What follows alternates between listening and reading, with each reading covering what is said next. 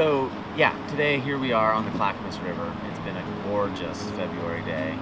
It feels a lot more like April, but right outside of Portland, Oregon. And this river tumbles out of the Cascades off the flanks of Mount Hood, and it's just a beautiful, crystal clear and ice cold river, but a wonderful way to spend a Saturday in early February.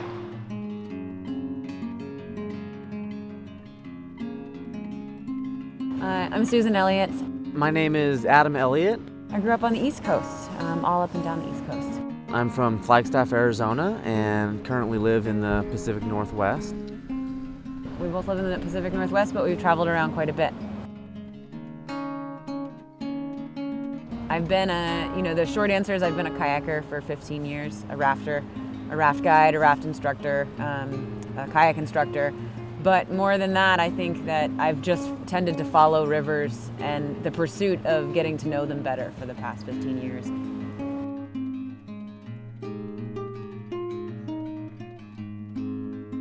I often think about, rivers as being my first home and about the place that brings me the most joy and in such like a life-affirming way. And when I think about what it is to be a river guide, to me it's fairly synonymous with being a steward of the river, and that we're kind of expanding the constituency, right, of future stewardship.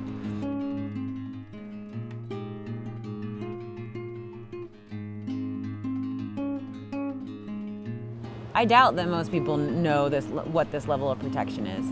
Maybe they've read it on a sign and just thought it was a couple of adjectives put in front of the river's name, like, well, this must be pretty because it's wild and scenic. From seeing rivers being destroyed all over the world and all over our own country, you realize the value of a free-flowing river is profound, indescribable. There's no monetary value that can reconstruct those systems back for the good of humanity. That we need these rivers to be just rivers.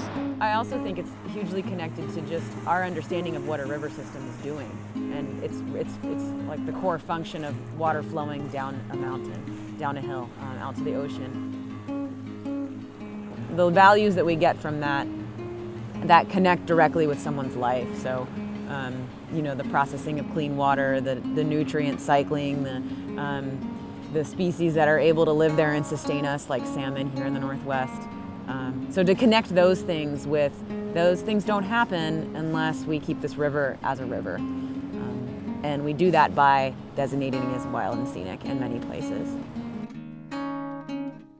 There's not yet that much personal connection with what a wild and scenic river is.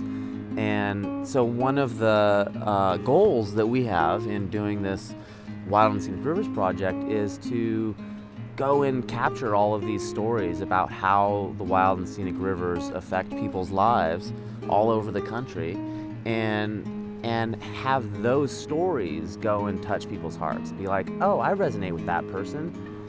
I do the types of things that person does.